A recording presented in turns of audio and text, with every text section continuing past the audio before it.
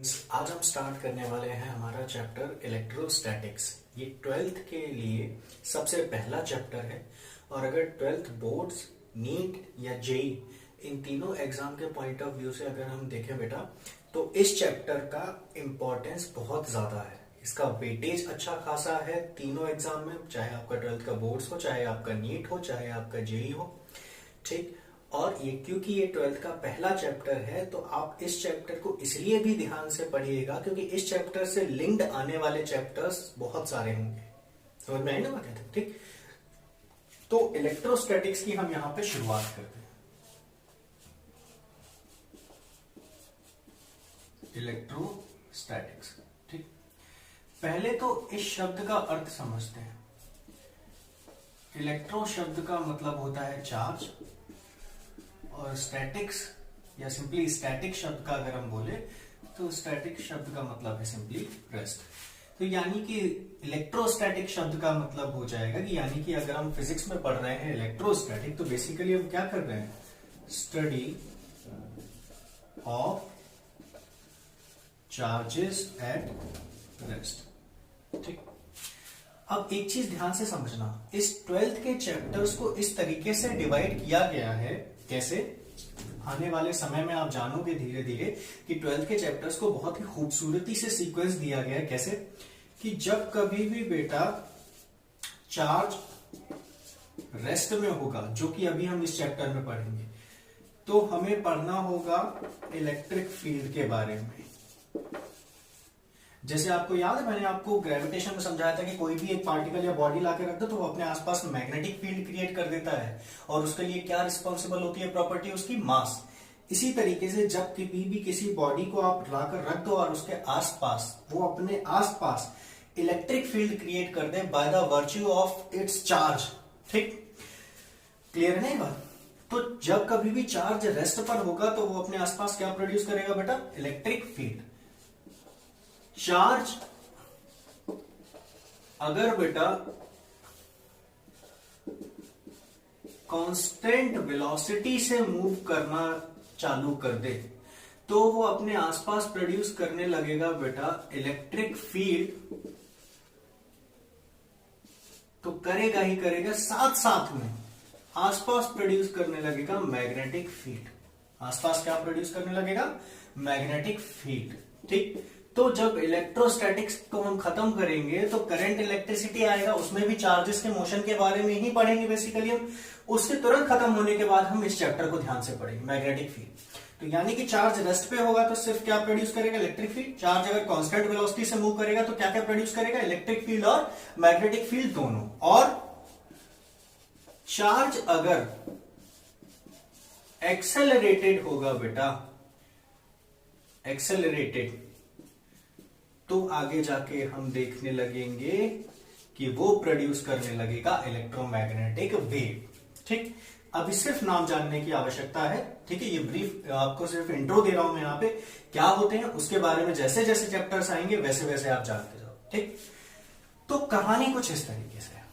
तो सबसे पहले शुरुआत करते हैं कि ये पूरे जो चैप्टर्स जिस चीज पे बेस्ड होंगे वो क्या है। एक शब्द बार बार उभर के आ रहा है, क्या? चार्ज। ठीक। तो सबसे पहले जानकारी हमें चाहिए किसके बारे में? चार्ज। ठीक। चार्ज के बारे में हम अपना इंट्रोडक्शन स्टार्ट करते हैं। ठीक। सबसे पहले तो बेटा चार्ज के बारे में, क्योंकि आप 12th बोर्ड्स का भी एग्जाम देंगे या फिर आप कंपटीशन की तैयारी कर रहे हैं, तब भी ये बेसिक प्रॉपर्टीज तो आपको पता ही होनी चाहिए। तो सबसे पहले हम चार्ज के बारे में किताबी बातों की बात करें यहाँ। ठीक। चार्ज की अगर हम डेफिनेशन की बात करें तो किसी भी एनसीईआरटी की बुक हो या कहीं पर भी आपको सिंपल सी डेफिनेशन मिल जाएगी। Charge is a physical property of any body, इस तरीके से कि ये अपने आसपास इलेक्ट्रिक फील्ड प्रोड्यूस करे, या फिर अगर किसी चार्ज को लाकर इलेक्ट्रिक फील्ड में रख दें तो ये अपने ऊपर एक इलेक्ट्रिक फोर्स एक्सपीरियंस करेगी। ठीक। तो ये डेफिनेशन आपको वहां पर सिंपल सी मिल जाएगी। ठीक। तो चार्ज के बारे में हम छोटी छोटी सी पहले बातें कर लेते हैं। क्या? कि बेटा चार्ज जो है वो एक स्केलर क्वांटिटी होती है। कैसी क्वांटिटी होती है? Scalar quantity. इसकी जो एसआई यूनिट होती है वो होती है कूलम। इसकी जो एसआई यूनिट होती है वो क्या होती है? कूलम। और भी इसकी यूनिट्स होती हैं जिन्हें मैं आगे जाके आपको समझाऊंगा। ठीक। क्लियर है ना? चार्ज दरअसल हमें पढ़ने होंगे दो टाइप के, एक होगा पॉजिटिव और दूसरा होगा नेगेटिव। ठीक, एक पॉजिटिव टाइप के चार्जेस के बारे में हमें पढ़ना है, एक नेगेटिव टाइप के चार्जेस के बारे में हमें पढ़ना है। ठीक, चार्जेस का जो बेस है, चार्जेस का जो बेस है बेटा, वो इलेक्ट्रॉन्स और प्रोटॉन्स पर बना हुआ है। इलेक्ट्रॉन्स के ऊपर चार्ज डिफाइन किया गया है -1.6 इंटू 10⁻⁻19 कूलम, और प्रोटॉन के ऊपर चार्ज डिफाइन किया गया है उतना ही, लेकिन पॉजिटिव में, क्या यहां तक की बात समझ में आई ना आपको? ठीक, फिर दूसरी बात, पॉजिटिव चार्ज बेटा अगर आसपास रखे होंगे तो ये एक दूसरे को क्या हमेशा करेंगे? रिपेल, एक दूसरे से क्या करेंगे? दूर जाने की कोशिश। अभी सिंपली हम जो बेसिक बहुत छोटी छोटी सी बातें किताबी भाषा में हमें याद रखनी है उसके बारे में हम जानकारी करें। पॉजिटिव एक दूसरे को क्या करेंगे? रिपेल, एक दूसरे पे इस तरीके से फोर्स लगाएंगे कि वो एक दूसरे से दूर जाने की कोशिश करेंगे। सिमिलरली नेगेटिव चार्ज अगर होगा वो भी एक दूसरे को रिपेल करेंगे, और एक पॉजिटिव एक नेगेटिव होगा वो एक दूसरे को अट्रैक्ट करेंगे। क्या यहां तक की बात समझ में आई ना आपके पास? ठीक, तो ये बहुत सिंपल सी किताबी भाषा में अगर हम बात करें उसी की चीजें चल रही हैं। तो चार्जेस के बारे में ये छोटी छोटी सी बातें आपको ध्यान रखनी है। चार्ज होता क्या है, कैसे बनता है, सिंपली आपको, हालांकि चार्ज के बारे में आप ये जानोगे कि चार्ज की प्रॉपर्टी जब हम पढ़ेंगे तो उसमें लिखेंगे charge can neither be created not destroyed, but charge आता कहां से उसका पूरा फील मैं आपको यहां पर आने वाले समय में अगले टॉपिक में दूंगा। ठीक, चलिए, तो चार्ज के बारे में आपको ये चीज बेसिकली समझ में आएगा। ठीक, स्केलर क्वांटिटी है, यूनिट क्या है इसकी? कूलम। चार्ज दो टाइप के हमें पढ़ने होंगे, पॉजिटिव और नेगेटिव। इलेक्ट्रॉन के ऊपर चार्ज डिफाइन किया गया है, प्रोटॉन के ऊपर चार्ज डिफाइन किया गया है। पॉजिटिव चार्ज होगा रिपेल करेगा, नेगेटिव होगा रिपेल करेगा, पॉजिटिव नेगेटिव होगा अट्रैक्ट। सिमिलर चार्जेस होंगे तो रिपेल करेंगे, और अगर डिसिमिलर चार्जेस होंगे तो अट्रैक्ट करेंगे। ठीक, आपको एक चीज समझ में आ रही होगी कि मैंने अभी शब्द का इस्तेमाल किया था कि इलेक्ट्रॉन जो चार्ज है, बेसिकली चार्ज का पूरा खेल है इन इलेक्ट्रॉन्स पे, प्रोटॉन्स का भी रोल है उसमें अच्छा खासा। ठीक, तो चार्ज का जो बेस है वो है बेसिकली इलेक्ट्रॉन्स एंड प्रोटॉन्स। ठीक, किस तरीके से चार्ज किसी बॉडी पर आता है वो हम यहां पर देखने की अब कोशिश करते हैं। ठीक, जैसे आप एक चीज पे ध्यान दो कि कोई भी, अगर मैं एटम की बात करूं, एटम के अंदर क्या क्या पाया जाता है? ठीक, एटम के अंदर पाया जाता है एक तो न्यूक्लियस। उस न्यूक्लियस के अंदर क्या होते हैं? उस न्यूक्लियस के अंदर पाए जाते हैं प्रोटॉन्स, और साथ में क्या पाए जाते हैं? न्यूट्रॉन्स। ठीक, प्रोटॉन के बारे में अभी आपने जाना कि प्रोटॉन पे चार्ज होता है +1.6 इंटू 10⁻⁻19 कूलम। अगर हम बात करें न्यूट्रॉन की, तो न्यूट्रॉन चार्जलेस क्वांटिटीज।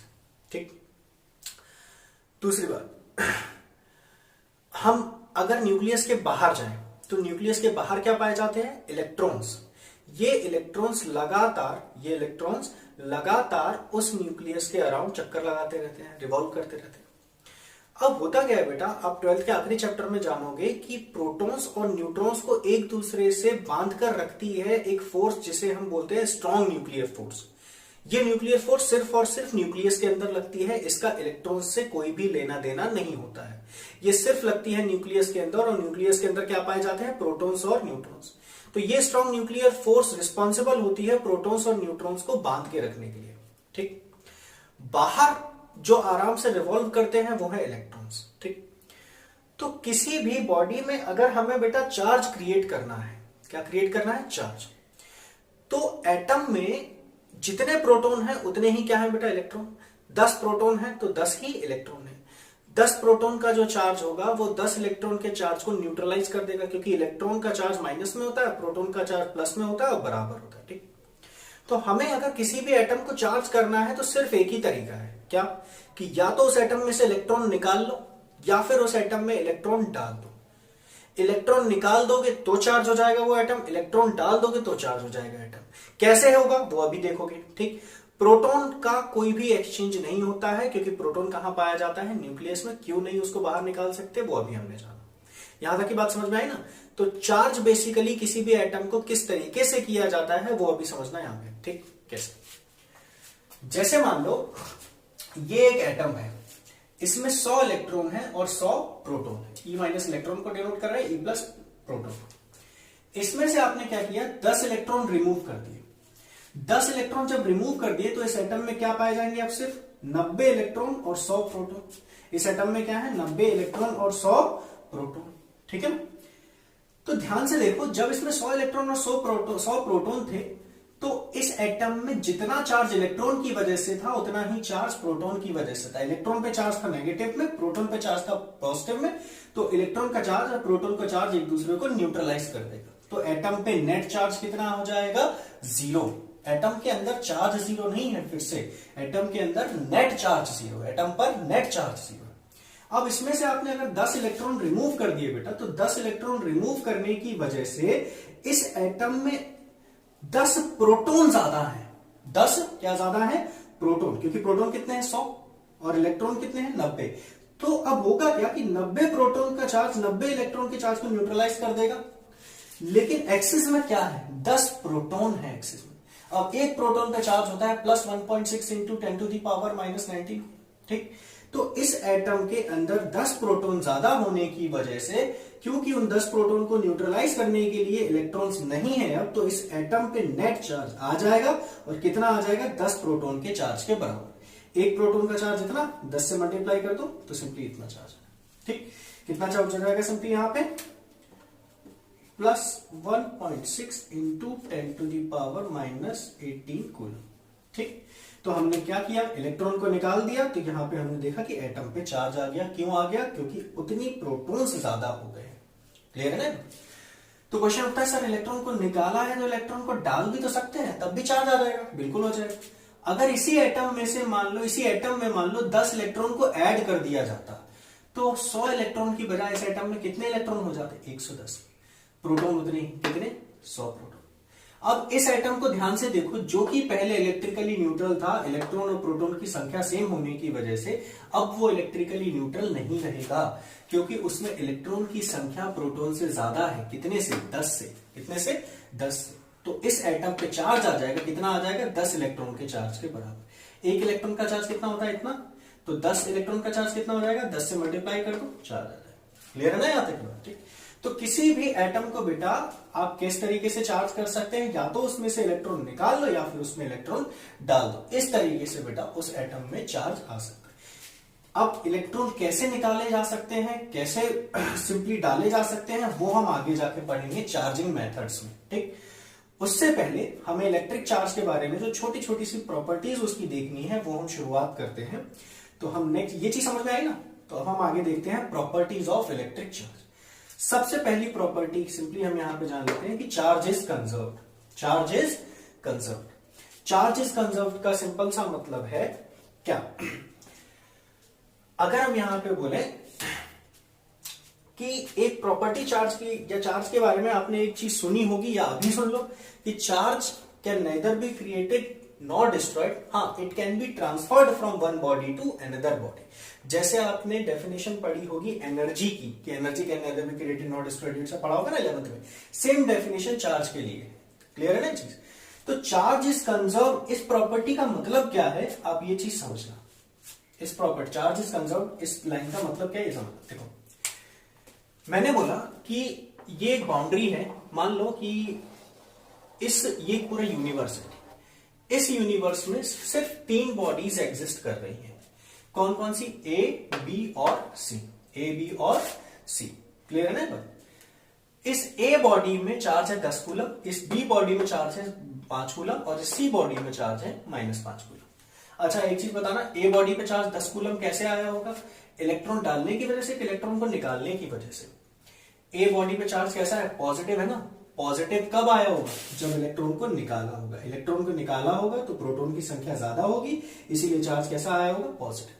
सी पर चार्ज है नेगेटिव में, तो सी नेगेटिव चार्ज कब आया होगा, जब इलेक्ट्रॉन को डाला गया होगा। इलेक्ट्रॉन को डाला गया होगा तो इलेक्ट्रॉन की संख्या बढ़ गई होगी, और इलेक्ट्रॉन पर चार्ज नेगेटिव होता है, इसीलिए एक्सेस इलेक्ट्रॉन की वजह से फाइनल चार्ज बॉडी पे कैसा आ रहा है, नेगेटिव। ये चीज समझ में आई। हम वापस अपनी प्रॉपर्टी पे आते हैं। ठीक, तो इस यूनिवर्स में सिर्फ 3 बॉडीज हैं। सिर्फ इस यूनिवर्स में सिर्फ 3 बॉडीज होने का मतलब यह है कि ए, बी, सी आपस में इंटरेक्ट कर सकते हैं, बाहर किसी भी बॉडी से इंटरेक्ट नहीं कर सकते। ठीक, तो हमने ये बोला कि इस यूनिवर्स में 3 बॉडी है, ए बी सी, इन तीनों ने आपस में कुछ इंटरेक्शन किया। इस इंटरेक्शन की वजह से इनके बीच में कुछ चार्ज का ट्रांसफर हुआ। कुछ चार्ज का क्या हुआ? ट्रांसफर हुआ। तो मैंने बोला कि ए पर चार्ज था 10 कूलम, बी पे था 5 कूलम, सी पे क्या है? -5 कूलम। सी पे कितना है? -5 कूलम। तो मैंने फिर बाद में लिखा कि इनके बीच में कुछ इंटरेक्शन हुआ जिसकी वजह से इनके बीच में चार्ज थोड़ा सा बदल गया। ए पर चार्ज हो गया 5 कूलम, बी पे चार्ज हो गया 3 कूलम। तो पूछा है सी पे कितना। इनके बीच में कुछ इंटरेक्शन हुआ होगा, हमें उससे नहीं लेना देना अभी। सिर्फ हमने ये बोला कि इनके बीच में कुछ लेना देना हुआ है जिसकी वजह से ए पर चार्ज इतना हो गया, बी पर इतना, तो सी पर कितना। तो ध्यान से समझना, चार्ज इज कंजर्व्ड मतलब क्या है। ए पे 10, बी पे 5, सी पे -5। तो इस पे नेट चार्ज कितना है? चार्ज को हम क्यू से डिनोट करेंगे। नेट चार्ज कितना हो जाएगा? 10 + 5 15, -5 10 कूलम। तो चार्ज इज कंजर्व्ड होने का मतलब ये है कि अगर टोटल चार्ज पहले इनके पास 10 कूलम था तो बाद में भी टोटल चार्ज कितना होगा? 10 कूलम ही होगा। बाद में भी टोटल चार्ज कितना होगा? 10 कूलम ही होगा। अब टोटल चार्ज अगर 10 कूलम होगा तो सी पर कितना होगा ये कैसे निकाले? ए पर कितना? 5 कूलम, बी पर कितना? 3 कूलम, प्लस सी पर कितना? सी मान लिया उसको, और टोटल कितना? 10 कूलम। तो यहां पे सी पे कितना चार्ज आ गया? सी पे कितना चार्ज आ गया? 2 कूलम। 5 और 3 8, 8 उधर गया, तो सी पे कितना चार्ज आ गया? 2 कूलम। तो कहने चार्ज इज कंजर्व्ड का मतलब आपको क्या समझ में आया? कंक्लूजन कि जितना टोटल चार्ज पहले था उतना ही टोटल चार्ज बाद में होगा। अब इसका देखना, समझ थोड़ा सा और अगर कंफ्यूजन हो रहा हो तो और अच्छे से समझाता हूं। जैसे ए और बी बॉडीज हैं, ठीक। मैंने क्या किया, ए और बी दोनों इलेक्ट्रिकली न्यूट्रल थे, ठीक। इस पे कोई चार्ज नहीं था, इस पे कोई चार्ज नहीं था। इस बॉडी ने क्या किया, इसमें से 2 इलेक्ट्रॉन निकाल लिए। इसमें से कितने इलेक्ट्रॉन निकाल लिए? 2 इलेक्ट्रॉन निकाल लिए। तो इस पे बेटा चार्ज कितना हो गया? 2 प्रोटॉन के चार्ज के बराबर, क्योंकि 2 इलेक्ट्रॉन अगर निकाल लिए तो 2 प्रोटॉन अब इसमें ज्यादा होंगे ना। और इस पे चार्ज कितना हो गया? इसने इलेक्ट्रॉन निकाल लिए इसमें से, तो इस पे चार्ज कितना आ गया? इसमें 2 इलेक्ट्रॉन के चार्ज के बराबर, क्योंकि ये इलेक्ट्रिकली न्यूट्रल था, ये इलेक्ट्रिकली न्यूट्रल था। इसमें से 2 इलेक्ट्रॉन चले गए, इसमें 2 इलेक्ट्रॉन आ गए। तो इसमें से 2 इलेक्ट्रॉन अगर चले गए तो इस पे चार्ज 2 प्रोटॉन के बराबर आ गया। इलेक्ट्रॉन निकाल लोगे तो 2 प्रोटॉन ज्यादा होंगे ना टोटल में। इस पे चार्ज आ गया 2 इलेक्ट्रॉन के बराबर, क्योंकि इलेक्ट्रिकली न्यूट्रल था, लेकिन इसके पास अब 2 इलेक्ट्रॉन एक्स्ट्रा आ गए, ठीक। पहले इन दोनों पे टोटल चार्ज कितना था? 0। तो अभी भी बेटा इन दोनों का टोटल चार्ज मिलाकर कितना आएगा? 0। कितना आएगा? 0। इसमें +2 प्रोटॉन के बराबर का चार्ज है, इसमें 2 इलेक्ट्रॉन के बराबर का चार्ज है, तो ऐड करोगे तो अभी भी कितना आएगा? 0। तो चार्ज कंजर्व होने का मतलब ये था कि जितना चार्ज पहले था उतना ही चार्ज बाद में होगा। समझ में आई ना बात? ये एक प्रॉपर्टी होगी। दूसरी प्रॉपर्टी अब देखते हैं इसकी।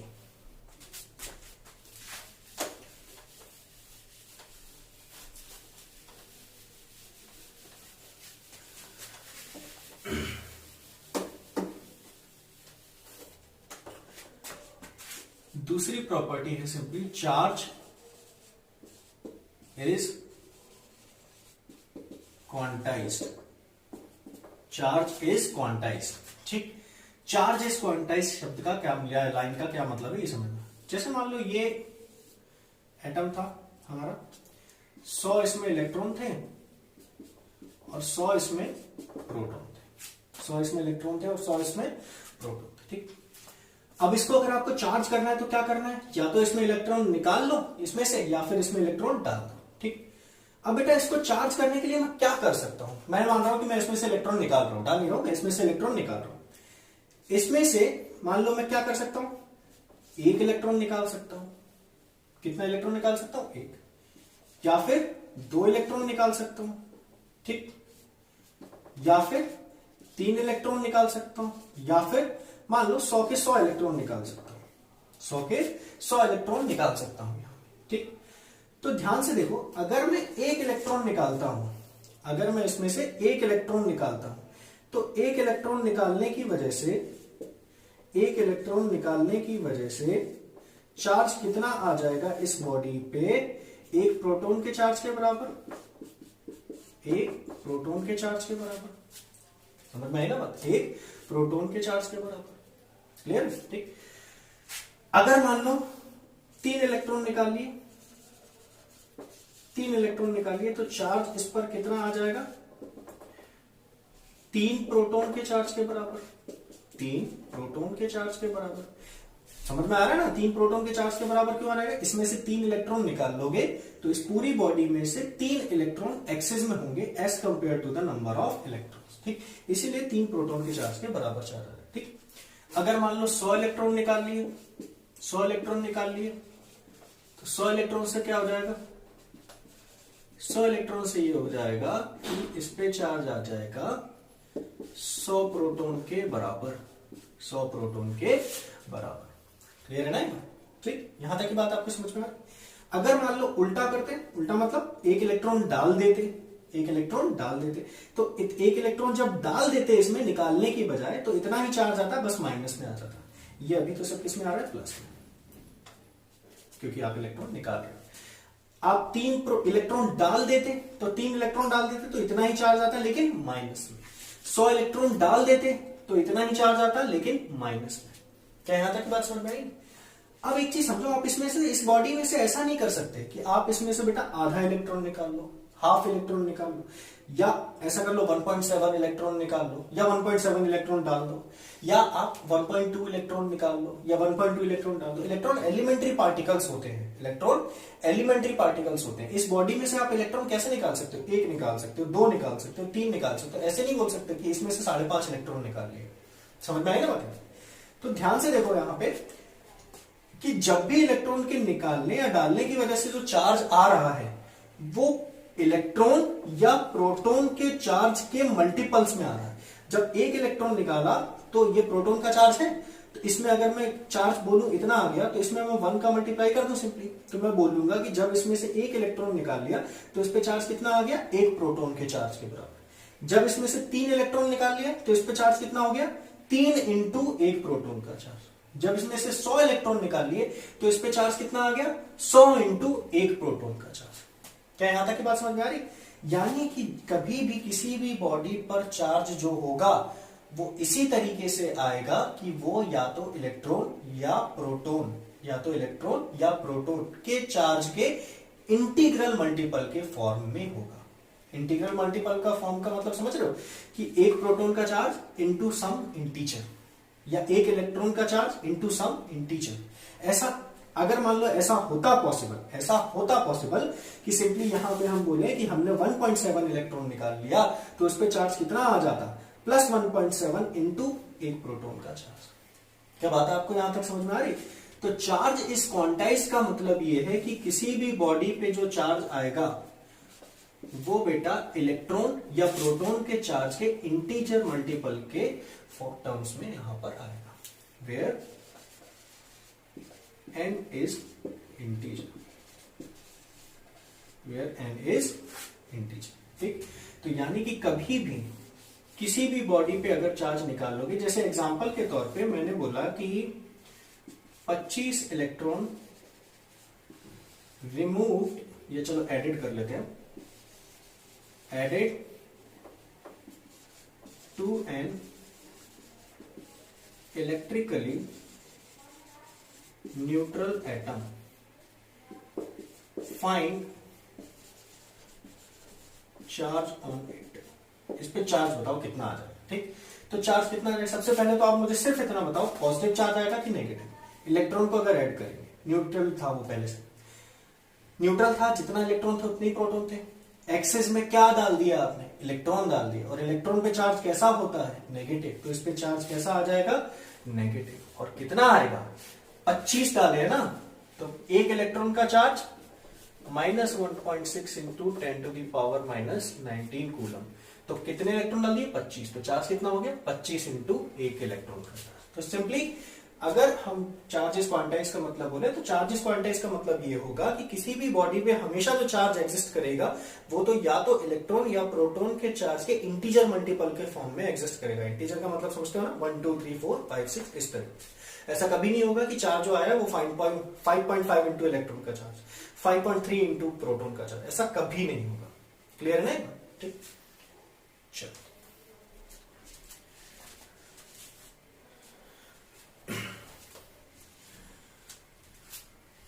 चलो ठीक। अब तो ये बेसिकली क्या प्रॉपर्टी थी? Charge is quantize. और कुछ छोटी और इंपॉर्टेंट प्रॉपर्टीज हैं चार्ज की, वो देख लेते हैं। चार्ज, एक तीसरी प्रॉपर्टी देखते हैं, can not exist without mass. Charge जो होता है वो कभी भी बिना मास के एग्जिस्ट नहीं कर सकता। इस लाइन का क्या मतलब है सुनना, फिर से वही चीज रिपीट करता हूं। 100 इलेक्ट्रॉन 100 प्रोटॉन, इसमें से आपने मान लो 10 इलेक्ट्रॉन निकाल लिए। 10 इलेक्ट्रॉन अगर निकाल लिए तो इसमें चार्ज कितना आ गया, इसमें चार्ज कितना आ गया, plus 10 into plus 1.6 into 10 to the power minus 19 coulomb, इतना चार्ज आ गया। ठीक, अब एक चीज ध्यान से समझना, इस बॉडी में 100 इलेक्ट्रॉन थे, 100 प्रोटॉन थे। ठीक, इलेक्ट्रॉन का बेटा मास होता है 9.1 into 10 to the power minus 31 kg, और प्रोटॉन का जो मास होता है वो होता है 1.6 into 10 to the power minus 27 kg। Proton का जो मास होता है वो लगभग 1837 times of mass of electron होता है। इलेक्ट्रॉन और प्रोटॉन किसी भी बॉडी के एलिमेंट्री पार्टिकल्स होते हैं, और जो कि मास के साथ एग्जिस्ट करते हैं। मास के साथ एग्जिस्ट करने का मतलब है इलेक्ट्रॉन के पास भी मास होता है और प्रोटॉन के पास भी मास होता है। इस बॉडी में 100 इलेक्ट्रॉन थे, 100 प्रोटॉन थे, तो कितना मास होगा इस बॉडी का, वो यहां पे आसानी से निकाला जा सकता है। 100 में इसका मल्टीप्लाई कर दो, 100 में इसका, दोनों को ऐड कर दो। मास में नहीं सबट्रैक्ट कर देना, मास टोटल निकालना तो सिंपली ऐड ही कर देना। ठीक, मास नेगेटिव नेगेटिव में नहीं होता है। ठीक है, अब सुनो, अगर इसमें से बॉडी में से 10 इलेक्ट्रॉन मैं निकाल लूं, चार्ज की मैं बिल्कुल बात नहीं कर रहा हूं, अभी सिंपल से मेरा जो क्वेश्चन है वो बताना। इसमें बॉडी में से जिसमें 100 इलेक्ट्रॉन थे, 100 प्रोटॉन थे, जो भी मास का था, उसमें से 10 इलेक्ट्रॉन अगर निकाल लूं तो इसके मास पे कोई फर्क पड़ेगा कि नहीं, और पड़ेगा तो क्या पड़ेगा, बढ़ जाएगा घट जाएगा। क्या इलेक्ट्रॉन का मास होता है? हाँ होता है। कितना होता है? इतना होता है। क्या इलेक्ट्रॉन को अगर हम निकाल लें तो बॉडी का मास कम नहीं हो जाएगा? हाँ हो जाएगा। इसीलिए जब कभी भी किसी बॉडी को अगर आप चार्ज करोगे तो डेफिनेटली उसके मास पे फर्क पड़ेगा ही पड़ेगा, डेफिनेटली उसके मास पे फर्क पड़ेगा ही पड़ेगा। क्या यहां तक की बात समझ में आई ना? इसीलिए सिंपली इस लाइन को लिखा गया, charge can not exist without mass. कि चार्ज अगर मैं यहां पे ऐसे बोलता कि 10 इलेक्ट्रॉन डाल दिए गए, 10 इलेक्ट्रॉन डाल दिए गए, फिर मैं आपसे पूछता कि मास पे क्या फर्क पड़ता, मास बढ़ जाता। कोई बाहर से लाके चीज डाल दी है तो मास बढ़ जाएगा ना, ये तो सिंपल सा लॉजिक है। निकाल लिए तो मास घट जाएगा। चार्ज के लिए आपको समझ में ही आया कि इलेक्ट्रॉन निकाल लिया तो 10 प्रोटॉन ज्यादा होंगे, इसलिए टोटल चार्ज 10 प्रोटॉन के चार्ज के टर्म्स में आ जाएगा। क्या यहां तक की बात समझ में आई? ये तीसरी प्रॉपर्टी होगी। ठीक, चौथी प्रॉपर्टी की तरफ मूव करते हैं।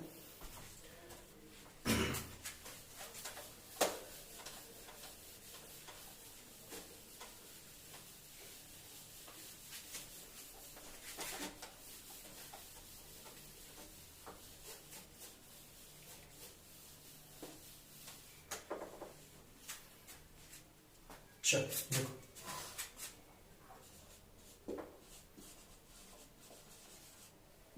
चौथी प्रॉपर्टी है चार्ज इज इनवेरिएंट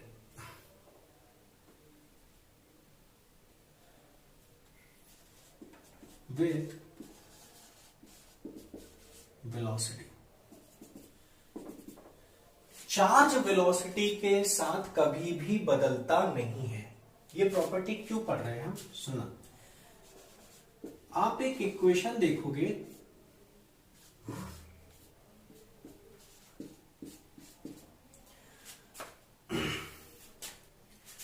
मास जो होता है ना, मास किसी भी बॉडी का, वो स्पीड पे डिपेंड करता है। मास जो होता है वो स्पीड पे डिपेंड करता है। क्लियर है? ठीक, और कैसे डिपेंड करता है वो ये होता है। ठीक, इस तरीके से ये जो m0 आपको दिखाई दे रहा है ना, इसे हम कहते हैं रेस्ट मास। इसे हम क्या कहते हैं? Rest mass. रेस्ट मास शब्द का मतलब है कि कोई भी बॉडी अगर रेस्ट में है तो उस दौरान उसका मास क्या होगा। v है स्पीड ऑफ बॉडी, और c है स्पीड ऑफ लाइट। c है स्पीड ऑफ लाइट। ठीक, जब हम नॉर्मल अपनी डेली लाइफ में हम ये देखते हैं कि कोई भी बॉडी बहुत तेजी से भी चलती है ना बेटा, तब भी उसकी जो स्पीड होती है वो लाइट की स्पीड से काफी कम होती है। तब भी उसकी स्पीड जो लाइट की स्पीड से काफी कम होती है। इसीलिए उस बॉडी के मास का कोई भी चेंज हमें नजर नहीं आता है। ये जो m है ये है उस बॉडी का मास जब वो चल रहा है, और m0 है रेस्ट मास। ठीक, तो क्योंकि उस बॉडी की जो स्पीड होगी वो लाइट की स्पीड के कंपैरिजन में बहुत कम होगी, ये v की वैल्यू c से अगर कम होगी तो v स्क्वायर की वैल्यू तो c स्क्वायर से और भी कम होगी। तो ये जो पूरा टर्म है बेटा, ये जो पूरा टर्म है इस केस में लगभग जीरो हो जाएगा। लगभग कितना हो जाएगा? जीरो, क्योंकि v स्क्वायर की वैल्यू तो c स्क्वायर से और कम होगी, तो 1 माइनस और वैल्यू बहुत छोटी होगी तो इसको लगभग क्या मान लोगे आप? जीरो। अब 1 माइनस जीरो क्या हो जाएगा? सिंपली 1, अंडर रूट ऑफ 1 क्या हो जाएगा? 1। तो m की वैल्यू m0 के बराबर आ जाएगी। m की वैल्यू m0 के लगभग बराबर ही होती है। ठीक, तो इसीलिए प्रैक्टिकल लाइफ में हमें, डेली लाइफ में ये हमें दिखाई नहीं देता है, लेकिन एक्चुअल में मास जो होता है वो स्पीड के साथ चेंज होता है। और कैसे चेंज होता है? इतना। ठीक, अब मास, अच्छा स्पीड बढ़ाओगे तो मास, ये जो मास है उस बॉडी का बढ़ेगा घटेगा? बढ़ेगा घटेगा? समझना ध्यान से। अगर आप फॉर एग्जांपल अगर किसी बॉडी का स्पीड जो है वो लाइट की स्पीड के आसपास पहुंच गई, ठीक, वैसे तो बहुत कम होती है इसलिए इस पूरे को हम लगभग जीरो मान लेते हैं। मान लो उसकी स्पीड लाइट की स्पीड के आसपास अगर पहुंच भी गई तो फिर पहुंचने की वजह से अब इस टर्म को आप जीरो नहीं मान सकते हैं। ठीक, तो 1 में से इस बॉडी को अगर सब्ट्रैक्ट होगी तो लाइट से कम, लाइट से ज्यादा तो हो ही नहीं सकती। अगर मान लो v की वैल्यू c के आसपास भी पहुंच गई लेकिन है c से ही कम, तो ये जो ओवरऑल वैल्यू है ये 1 से तो काफी छोटी आएगी ना। 1 से तो मतलब कुल मिला के छोटी आएगी ना। अब 1 में से कोई वैल्यू अगर मान लो सब्ट्रैक्ट करी जो 1 से छोटी है, तो 1 में से मान लो इसकी जो वैल्यू आई वो 0.5 आई, इसकी वैल्यू लगभग कितनी आई? 0.5। तो अंडर रूट ऑफ, मान यहां पे फालतू का कैलकुलेशन नहीं लिखा रहा हूं, ठीक, यहीं पे समझ लो। इसकी वैल्यू लगभग आई 0.5, तो 1 माइनस 0.5 क्या हो जाएगा? 0.5। 1 माइनस 0.5 क्या हो जाएगा? 0.5। ठीक, अंडर रूट ऑफ 0.5 बचेगा, अंडर रूट ऑफ 0.5। तो 0.5 का अंडर रूट जो होगा, 0.5 का अंडर रूट जो होगा, मैं लिखवा देता हूं यहां पे calculation. m equals to m0 upon under root of 1 minus 0.5 लिख लिया। मान लिया कि v square by C square की जो वैल्यू है वो लगभग 0.5। ठीक, तो फिर यहां क्या बचेगा? m equals to m0 upon under root of 0.5, under root of 0.5 का अंडर रूट अगर निकालोगे तो बस कैलकुलेट करने की बिल्कुल भी जरूरत नहीं। ये जो वैल्यू आएगी 0.5 का अंडर रूट, ये 1 से बड़ी आएगी कि 1 से छोटी आएगी? ये 1 से छोटी आएगी, ये 1 से छोटी आएगी। अब न्यूमरेटर अपॉन डिनोमिनेटर की ये जो कंडीशन है, इसमें जो डिनोमिनेटर है अगर बहुत छोटा है, इसमें जो डिनोमिनेटर है वो अगर बहुत छोटा है, किससे? न्यूमरेटर से, तो ओवरऑल जो, और छोटा कैसे? 1 से भी छोटा है। डिनोमिनेटर जो है, मैं स्पेसिफिकली यहां पे 1 की बात कर रहा हूं, डिनोमिनेटर है वो 1 से छोटा है, तो ओवरऑल जो वैल्यू आएगी, ओवरऑल जो वैल्यू आएगी, जो ओवरऑल वैल्यू क्या है? m। तो इस पूरी वैल्यू को अगर हम यहां पे कंक्लूड करें तो m की वैल्यू m0 से बड़ी हो जाएगी। m की वैल्यू m0 से बड़ी हो जाएगी। क्या यहां तक की बात समझ में आई ना? ये जो वैल्यू आएगी, ये वैल्यू जो आएगी बेटा, डिनोमिनेटर अगर न्यूमरेटर से छोटा होगा, डिनोमिनेटर अगर न्यूमरेटर से बेटा छोटा होगा, तो ये जो ओवरऑल वैल्यू आएगी, ये जो ओवरऑल वैल्यू आएगी वो 1 से बड़ी आएगी कि 1 से छोटी आएगी?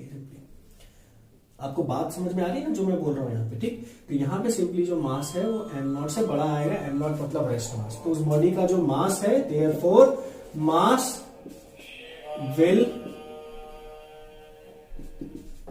इंक्रीज विथ स्पीड, कि अगर कोई बॉडी चलेगी तो उसका जो मास है वो स्पीड के साथ इंक्रीज होगा।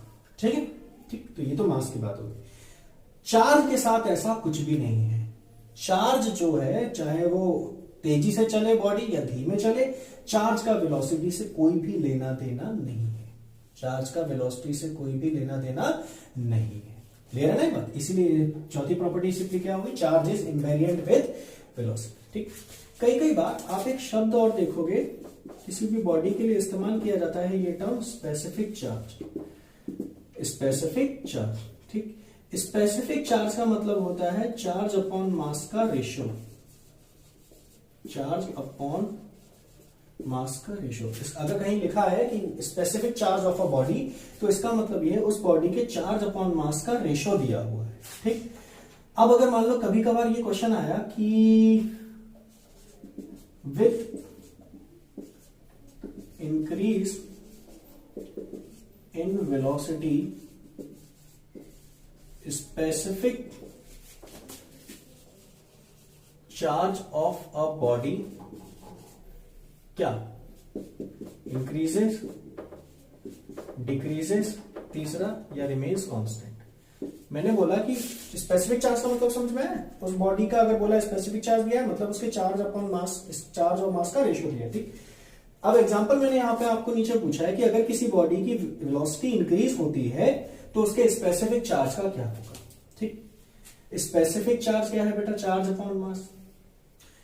वेलोसिटी के साथ चार्ज का कोई लेना देना नहीं है, मास का कोई लेना देना है, हाँ है, क्या कि मास इंक्रीज होता है स्पीड के साथ, ठीक।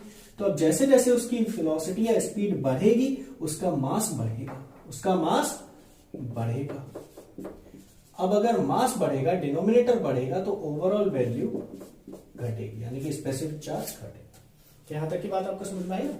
तो कभी भी अगर आपको ऐसा दिया हो स्पेसिफिक चार्ज, तो स्पेसिफिक चार्ज का मतलब होगा simply charge to mass ratio of a body. इसको ध्यान रखना अच्छे से, क्लियर।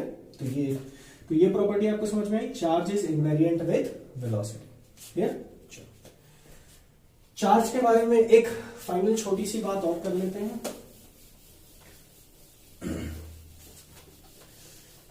हमारे लिए सबसे छोटी वैल्यू,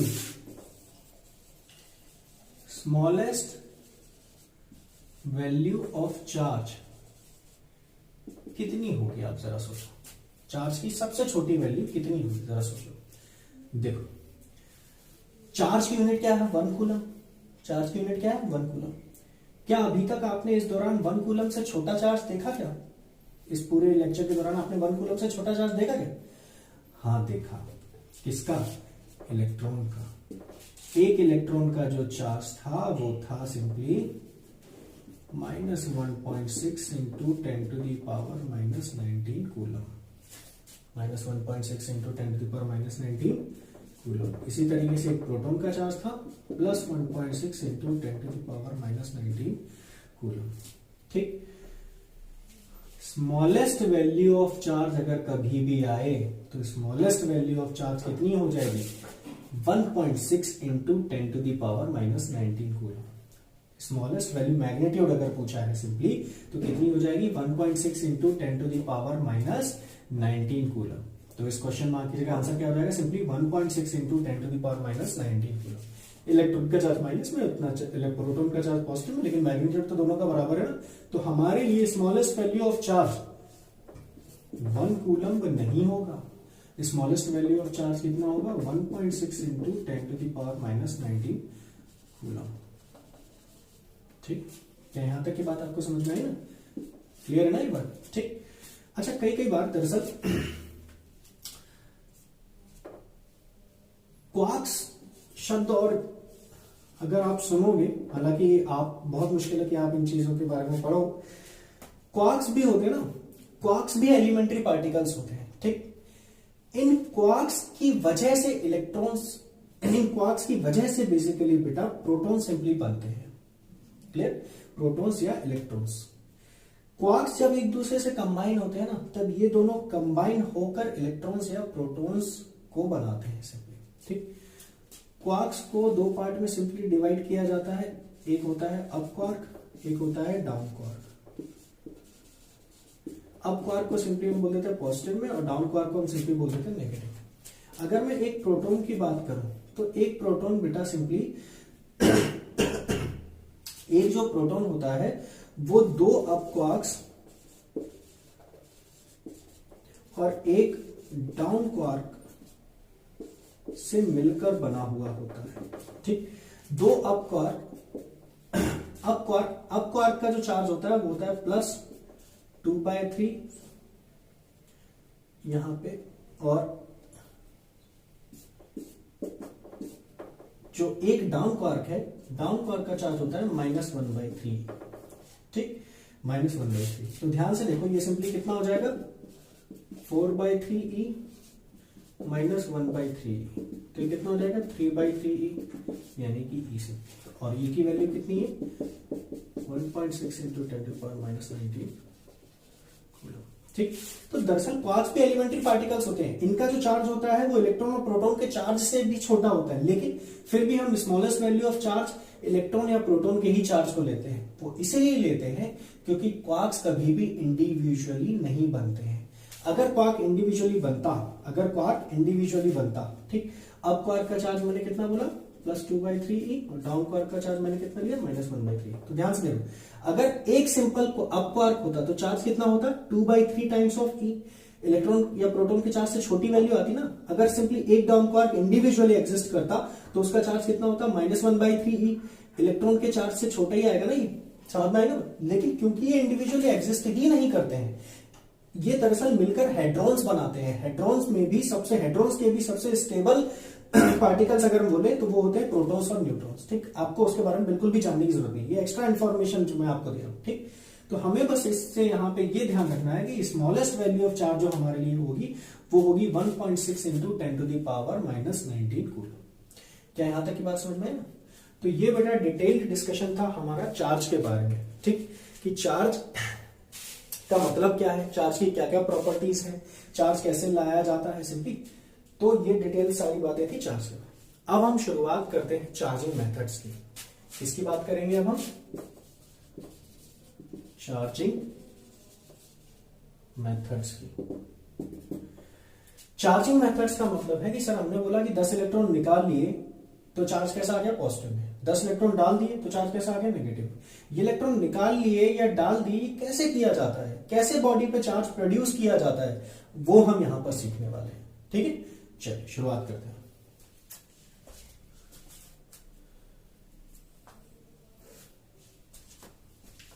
देखो ध्यान से, सबसे पहला हम यहां पर पढ़ेंगे method charging by friction. Charging by friction, ठीक। समझना ध्यान से। कई बार आपने सर्दियों में एक चीज नोटिस की होगी कि जब कभी भी आप बेटा कंबल के अंदर, ब्लैंकेट के अंदर सिंपली हाथों को रगड़ते हैं तो अंधेरे में आपको उसके अंदर स्पार्क प्रोड्यूस होता हुआ दिखाई देता है वहां पे, ठीक। स्वेटर पे अगर आप करते हैं सिंपली तब भी आपको वो स्पार्क नजर आता है, ठीक। इसी तरीके से बहुत छोटे छोटे से एग्जांपल्स आपने बचपन में किए होंगे कि जब आप स्केल को लेके कॉम्प पे रगड़ते हैं और फिर पेपर के कागज के पार्टिकल्स के ऊपर आप लाकर उस थोड़ी दूरी पर उस स्केल को आप रखते हैं तो वो जो कागज के पार्टिकल्स होते हैं वो स्केल की तरफ अट्रैक्ट होके ऊपर की तरफ उठने लगते हैं, ठीक। ये छोटे छोटे से एग्जांपल होते हैं।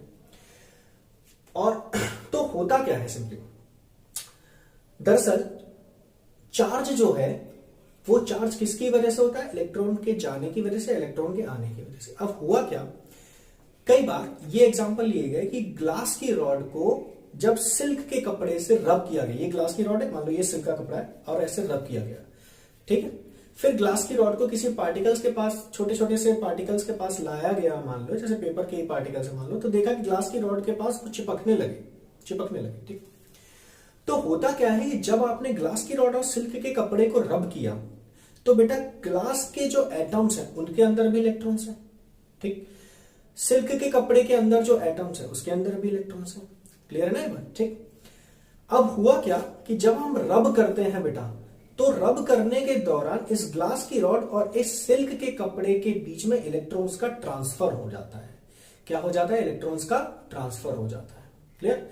ऐसा हो सकता है कि ग्लास की रॉड से इलेक्ट्रॉन निकले होंगे और सिल्क के कपड़े में इलेक्ट्रॉन चले गए होंगे, ठीक। ये ट्रांसफर क्यों होता है, ये डिपेंड करता है मटेरियल की नेचर के ऊपर कि ग्लास की रॉड ऐसी है जो इलेक्ट्रॉन्स को लूज करना आसानी से पसंद करती है, सिल्क की प्रॉपर्टी ऐसी है जो इलेक्ट्रॉन्स को आसानी से गेन करना पसंद करती है। तो ये हमें याद रखने की बिल्कुल जरूरत नहीं है, हमें बस सिंपली तरीका समझना है, ठीक। तो और अगर आप चाहो कि ग्लास की प्रॉपर्टी कैसी है, सिल्क की प्रॉपर्टी कैसी है, तो नेट पे आपको सिंपली वो एक टेबल दिखाई देता है कि इस सब्सटेंस की इलेक्ट्रॉन को लूज करने की प्रॉपर्टी इतनी है, उससे ज्यादा इसकी है, उसके ज्यादा इसकी है, उसके ज्यादा इसकी है। याद रखने की लेकिन फिर भी मैं सजेस्ट करूंगा, बिल्कुल जरूरत नहीं। ठीक, तो मैंने क्या बोला, ग्लास की रॉड और सिल्क के कपड़े को जब रब किया तो ग्लास के इलेक्ट्रॉन्स निकल कर कुछ सिल्क के कपड़े में चले गए। अब ग्लास की रॉड पहले इलेक्ट्रिकली कैसी थी, न्यूट्रल। अब इसमें से इलेक्ट्रॉन अगर चले गए बेटा तो इस पे चार्ज कैसा आ जाएगा, बोलो जरा, पॉजिटिव चार्ज, क्योंकि न्यूट्रल था, जितने प्रोटॉन थे उतने इलेक्ट्रॉन थे, इलेक्ट्रॉन निकाल दिए तो एक्सेस में क्या बचे, प्रोटॉन। तो ग्लास पे कैसा चार्ज आ गया, पॉजिटिव चार्ज। ग्लास की रॉड पे कैसा आ गया, पॉजिटिव चार्ज। तो इस तरीके के चार्जिंग मेथड को हम बोलते हैं चार्जिंग बाय फ्रिक्शन। समझ में आया ना। तो दरअसल जब आप कंबल को रगड़ते हैं तो आपके हाथों और कंबल के बीच में इलेक्ट्रॉन्स का ट्रांसफर होता है, उस इलेक्ट्रॉन्स के ट्रांसफर की वजह से आपको वो स्पार्क दिखाई देता है। ठीक, एक एग्जांपल मैं आपके लिए छोड़ रहा हूं, इसका आप आंसर खुद करिएगा कि अगर मान लो दो कंडक्टिंग रॉड्स हैं, कंडक्टिंग रॉड की जगह, चलिए इसको बाद में ही करते हैं, ठीक है। थोड़ा सा अभी मैं आपको आइडिया दे दूंगा, थोड़ा सा और अर्थ वगैरह का, ये पूरा चार्जिंग मेथड समझा दूं तब मैं आखिरी में क्वेश्चन पूछूंगा आपको। ठीक, तो चार्जिंग बाय फ्रिक्शन का क्या मतलब है, सिंपली रबिंग करके, जब आप किसी दो बॉडीज को बीच में रबिंग करके उनमें चार्ज प्रोड्यूस करते हो, इलेक्ट्रॉन्स का ट्रांसफर होने की वजह से चार्ज प्रोड्यूस होता है, उस चार्जिंग मेथड को आप क्या बोलोगे, charging by friction. Charging by friction. ठीक, चलिए दूसरा हम देखते हैं सिंपली चार्जिंग बाय इंडक्शन। दूसरा चार्जिंग मेथड है चार्जिंग बाय इंडक्शन। एक तो दो बॉडीज को रब करके बेटा चार्ज प्रोड्यूस कर दिया, तो उस मेथड को क्या बोलोगे, चार्जिंग बाय। अच्छा, charging by friction best observe होता है इंसुलेटर्स में, आगे जाके अभी समझा दूंगा क्यों। चार्जिंग बाय फ्रिक्शन रब करके जो चार्ज प्रोड्यूस होता है वो बेस्ट आपको ऑब्जर्व होगा इंसुलेटर्स के बीच में। ठीक, चलिए दूसरा देखते हैं चार्जिंग बाय इंडक्शन। ठीक है, चलिए तो चार्जिंग बाय इंडक्शन की शुरुआत करते हैं यहां पे।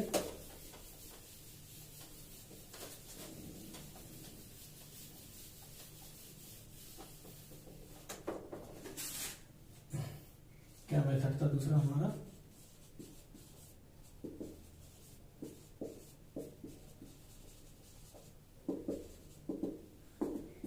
ऐसे समझो कि एक ग्लास की रॉड को जब सिल्क के कपड़े से, सिंपली हमने क्या किया, ये ग्लास की रॉड को सिल्क के कपड़े से जब रगड़ दिया सिंपली, तो ग्लास की रॉड से इलेक्ट्रॉन अगर मान लो निकल गए तो ग्लास की रॉड पे चार्ज कैसा आ गया, पॉजिटिव। ये क्या है, ग्लास रॉड। ठीक, अब हुआ क्या, हम इस ग्लास की रॉड को एक कंडक्टर के पास लेकर आए। किसके पास लेकर आए, कंडक्टर। एक मान लो मेटल की बॉल है, मेटल बॉल है, और मेटल कैसा होता है, कंडक्टर होता है। ठीक, और इस कंडक्टर की बॉल को एक इंसुलेटिंग स्टैंड पे रखा गया है। कंडक्टर और इंसुलेटर के बारे में बेसिक जानकारी आपको ये होगी।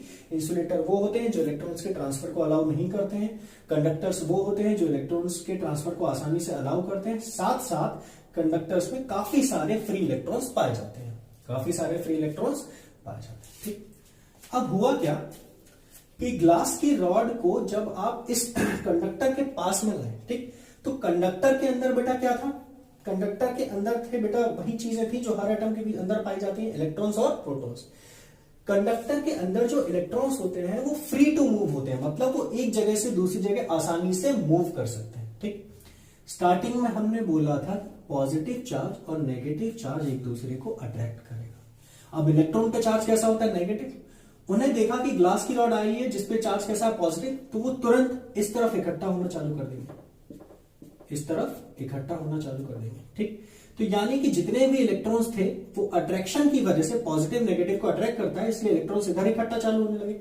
तो प्रोटॉन्स कहां इकट्ठा होने लगेंगे, राइट साइड में। क्यों प्रोटॉन्स क्यों इकट्ठा होने लगेंगे, क्योंकि प्रोटॉन्स पे चार्ज होता है पॉजिटिव, तो ये पॉजिटिव चार्ज उस पॉजिटिव चार्ज को रिपेल करेगा, जिसकी वजह से प्रोटॉन्स भाग के दूर जाना चाहेंगे, तो दूर जाके मैक्सिमम कहां जा सकते हैं, इधर। तो प्रोटॉन्स कहां इकट्ठे हो जाएंगे, इधर। गलत है, क्या गलत है, प्रोटॉन्स इकट्ठे यहां पर नहीं होंगे। क्यों नहीं होंगे, क्योंकि फ्री टू मूव कौन है, फ्री कौन है मूव करने के लिए, सिर्फ इलेक्ट्रॉन्स। तो प्रोटॉन्स तो न्यूक्लियस के अंदर होते हैं, वो मूव नहीं कर जाएंगे उस तरफ।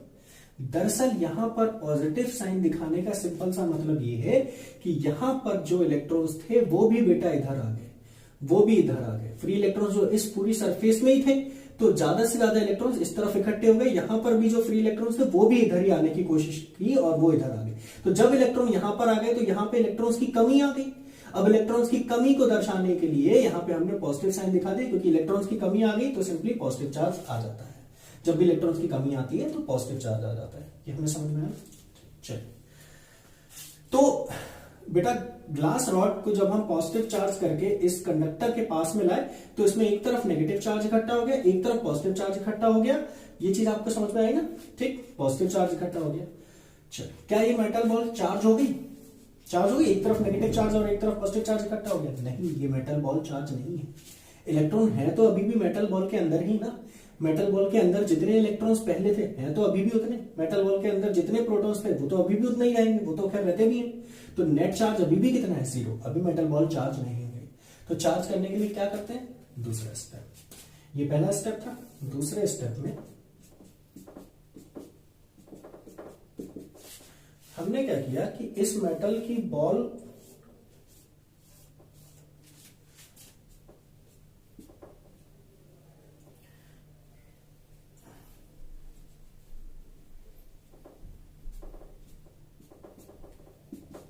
इस मेटल की बॉल को हमने एक कंडक्टिंग वायर की मदद से अर्थ से कनेक्ट कर दिया। ये क्या है?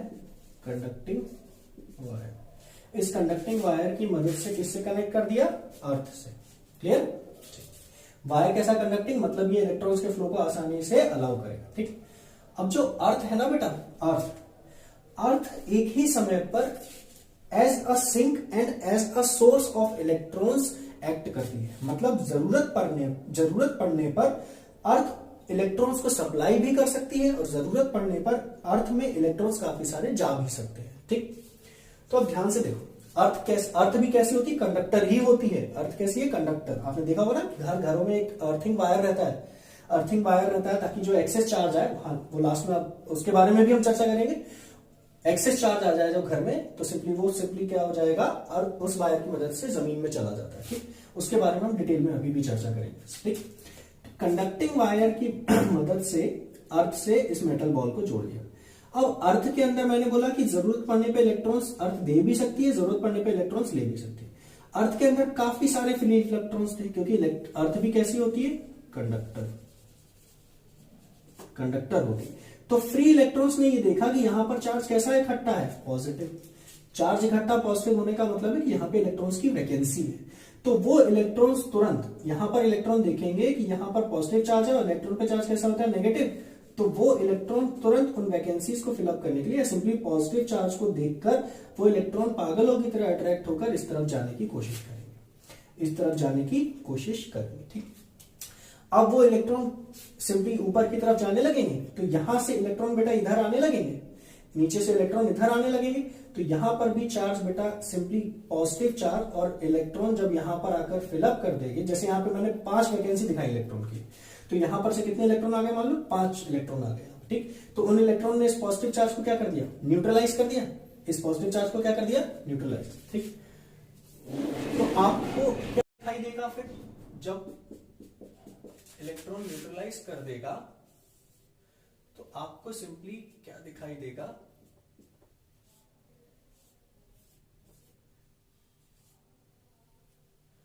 यहां पे ये अर्थ है, यहां से अर्थ वायर से जुड़ा है।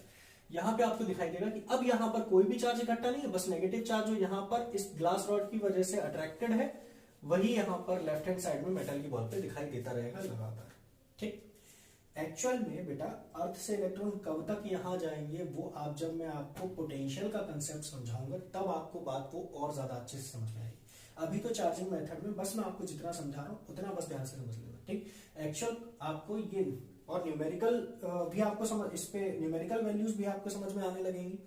ठीक, वो तब आएगा कंसेप्ट जब हम इलेक्ट्रिक पोटेंशियल का कंसेप्ट समझ लेंगे। ठीक है, तो यहां से बेटा इलेक्ट्रॉन यहां पे गए, इन्होंने इस पॉजिटिव चार्ज को न्यूट्रलाइज कर दिया, तो उस तरफ कोई भी चार्ज नहीं रहा, उस तरफ कोई भी चार्ज नहीं रहा। ठीक, अब हमने क्या कर दिया? अर्थिंग को रिमूव कर दिया। अर्थिंग को रिमूव करने का मतलब है कि ये कंडक्टिंग वायर जो मेटल बॉल और अर्थ को जोड़ रही थी उसको रिमूव कर दिया। तो रिमूव कर दिया, तो अगले स्टेप में आपको सिंपली दिखाई देगा कि उस मेटल बॉल के अंदर ये जो नेगेटिव चार्ज है इस तरफ इकट्ठा है,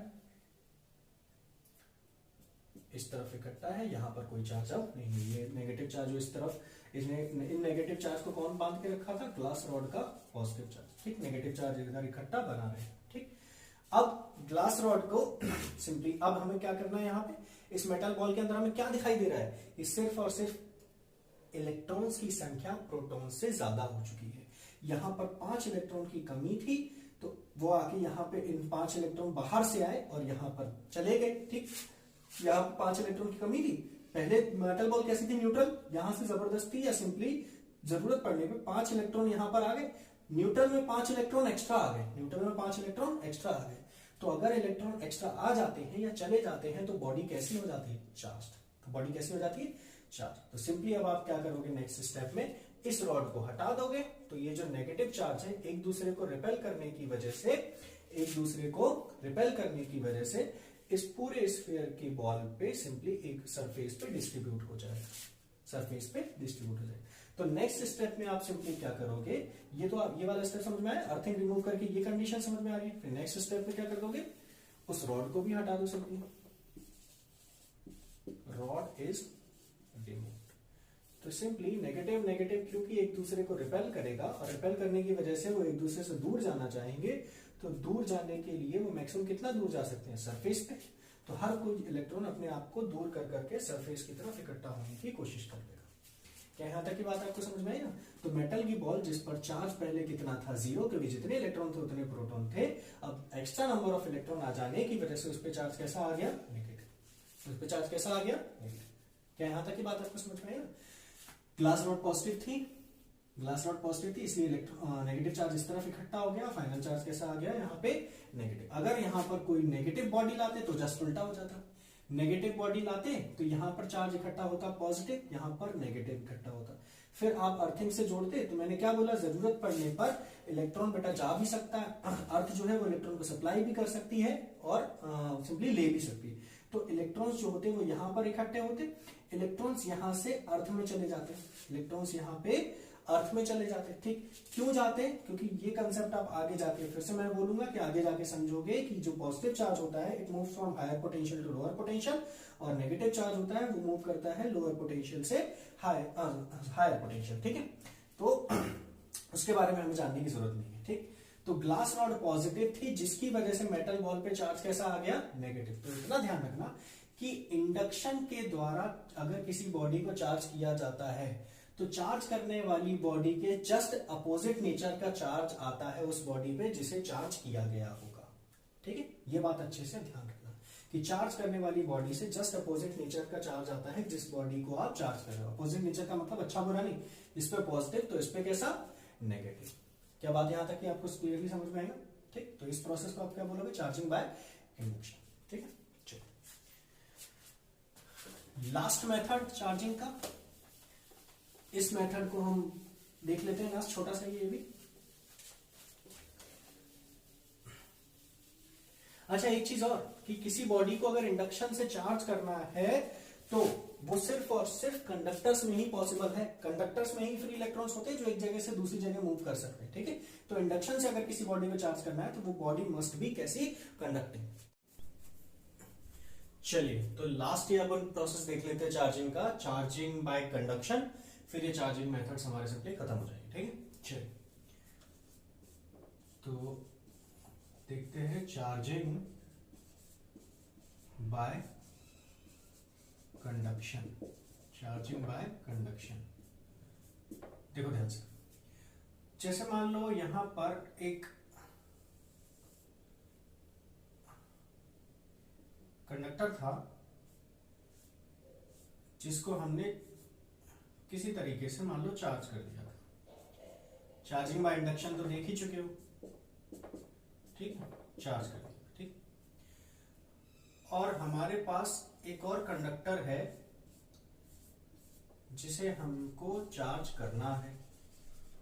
ये कंडक्टर है जिसे हमें चार्ज करना है। ये दोनों कंडक्टर इंसुलेटिंग स्टैंड पे रखे हुए हैं। मान लीजिए ये दोनों कंडक्टर जो है किस पे रखे हुए हैं, इंसुलेटिंग स्टैंड। ठीक, इससे हमें इसे चार्ज करना है। कौन सा मेथड, चार्जिंग बाय कंडक्शन। ठीक, अब समझना ध्यान से, हमने क्या किया, इस चार्ज कंडक्टर को लाकर इस अनचार्ज कंडक्टर से सिंपली टच करा दिया। क्या करा दिया, टच करा दिया। ठीक, अब इस पे चार्ज कैसा था, पॉजिटिव, और क्योंकि ये कंडक्टर है तो इसमें क्या होंगे, काफी सारे फ्री इलेक्ट्रॉन्स जो कि एक जगह से दूसरी जगह आसानी से मूव कर सकते हैं। तो इसमें जो फ्री इलेक्ट्रॉन्स थे जो आसानी से एक जगह से दूसरी जगह मूव कर सकते हैं, उन्होंने देखा कि यहां पर चार्ज कैसा आ गया उनके नजदीक, पॉजिटिव। उनके नजदीक कैसा चार्ज आ गया, पॉजिटिव। तो तुरंत ये फ्री इलेक्ट्रॉन्स जो थे वो इस कंडक्टर से इसमें ट्रांसफर होने लगे, इस कंडक्टर से इसमें ट्रांसफर होने लगे। अब कब तक ट्रांसफर होंगे इसकी चर्चा अभी नहीं करेंगे, अभी तो सिंपली ये जानो कि निकलेंगे जरूर, इसमें से इलेक्ट्रॉन्स इसमें गए। ठीक, अब जब इसमें से इलेक्ट्रॉन्स निकलकर इसमें गए तो बेटा इसमें इलेक्ट्रॉन्स की डेफिशिएंसी आ गई ना, यानी कि जो कंडक्टर पहले न्यूट्रल था उसमें से कुछ इलेक्ट्रॉन चले गए। तो इलेक्ट्रॉन अगर चले गए बेटा तो उसमें अब संख्या में क्या ज्यादा पाए जाएंगे, प्रोटॉन्स। किनके नंबर ज्यादा होंगे, प्रोटॉन्स। तो यानी कि इलेक्ट्रॉन चले जाएंगे तो इस पे चार्ज कैसा आ जाएगा, पॉजिटिव। इस पे चार्ज कैसा आ जाएगा, पॉजिटिव। ठीक, तो सिंपली ये क्या प्रोसेस थी, चार्जिंग बाय कंडक्शन। इस तरीके से हम किसी कंडक्टर को चार्ज करते हैं। क्या है ये प्रोसेस, किसी कंडक्टर को अगर टच करा के सिंपली चार्ज किया जाए तो वो प्रोसेस क्या है, सिंपली चार्जिंग बाय कंडक्शन। बस एक चीज ध्यान रखने वाली यहां पर जरूर होती है कि चार्जिंग बाय कंडक्शन वाले मेथड में जो चार्ज करने वाली बॉडी है और जो चार्ज हो रही है बॉडी, उन दोनों पे चार्ज सेम नेचर का होता है। यानी कि जिसे चार्ज कर रहे हो उस पे चार्ज उसी नेचर का आता है जिसके द्वारा उसे चार्ज किया गया है। सिंपली ये बात जरूर ध्यान रखिएगा। क्या यहां तक की बात समझ में आई? ठीक, क्लियर है ना चीज? ठीक, अच्छा कभी अगर मान लो, अभी तो खैर फिलहाल हमें जरूरत नहीं है, लेकिन फिर भी कई बार क्वेश्चन इसी टॉपिक के बाद डाल दिए जाते हैं बुक्स वगैरह में कि अगर दो आइडेंटिकल कंडक्टर्स है ना, two identical conductors having charge, मान लो दिया है 10 coulomb and -4 coulomb are touched, find final charge on them. ठीक, सिंपली ये दिया है कि दो आइडेंटिकल कंडक्टर हैं। कैसे हैं, दो आइडेंटिकल कंडक्टर हैं जिनमें से एक पर चार्ज है 10 कूलम और एक पे चार्ज कितना है, -4 कूलम। एक पे चार्ज कितना है, -4 कूलम। उनको टच करा दिया गया। ठीक, अब जब टच करा दिया गया बेटा तो चार्ज का कुछ ट्रांसफर हुआ, तो हमें बताना है कि फाइनली उन पे चार्ज कितना होगा, फाइनल कितना कितना उन दोनों पे चार्ज होगा। तो अभी इस चीज का पोटेंशियल के कंसेप्ट में तो हम पढ़ेंगे ही उसको अच्छे से डिटेल में, लेकिन अभी क्वेश्चन सॉल्व करने के लिए कूलम्स लॉ वगैरह पे बेस्ड, इसमें कूलम्स लॉ पे जो क्वेश्चन बनते हैं उसमें से कभी कभार ये एडिशन में डाल दिया जाता है। ठीक, ऐसा क्वेश्चन होता है कि दो आइडेंटिकल स्फीयर है, इन पे चार्ज इतना इतना था, फिर उनके बीच में फोर्स इतनी थी, फिर उनको टच करा के उसी दूरी पर रख दिया तो अब फोर्स कितनी होगी। ठीक, तो टच कराने का कंसेप्ट ये है कि टच करा दोगे तो चार्ज का कुछ डिस्ट्रीब्यूशन बदल जाएगा। तो चार्ज कैसे बदलेगा, इसको अभी सिंपली आप शॉर्ट ट्रिक में ऐसे ध्यान रख लो कि इन दोनों का जो चार्ज का सम आएगा, जो कि चार्ज का सम कितना आ रहा है, यहां पे लिख रहा हूं मैं। ठीक, चलो यहीं लिखते रहो। चार्ज का सम कितना आ रहा है, 10 और प्लस -4 कितना आ रहा है, 6 कूलम। कितना चार्ज आ रहा है, 6 कूलम। ठीक, इन दोनों पे चार्ज का जो सम है, दोनों आइडेंटिकल है इसलिए दोनों पे आधा आधा बांट देना। सिंपली कितना कितना बांट देना, आधा आधा बांट देना। अभी सिर्फ इतना याद रख लो, बाद में पोटेंशियल के कंसेप्ट में ये आपको डिटेल में मैं समझाऊंगा। क्लियर है ना ये बात? ठीक, चलिए तो यहां तक कि ये प्रोसेस क्या थी, चार्जिंग बाय कंडक्शन। बात समझ में आई ना यहां तक? ठीक है, चलिए फिर नेक्स्ट क्लास में कंटिन्यू करेंगे इसे। ठीक है।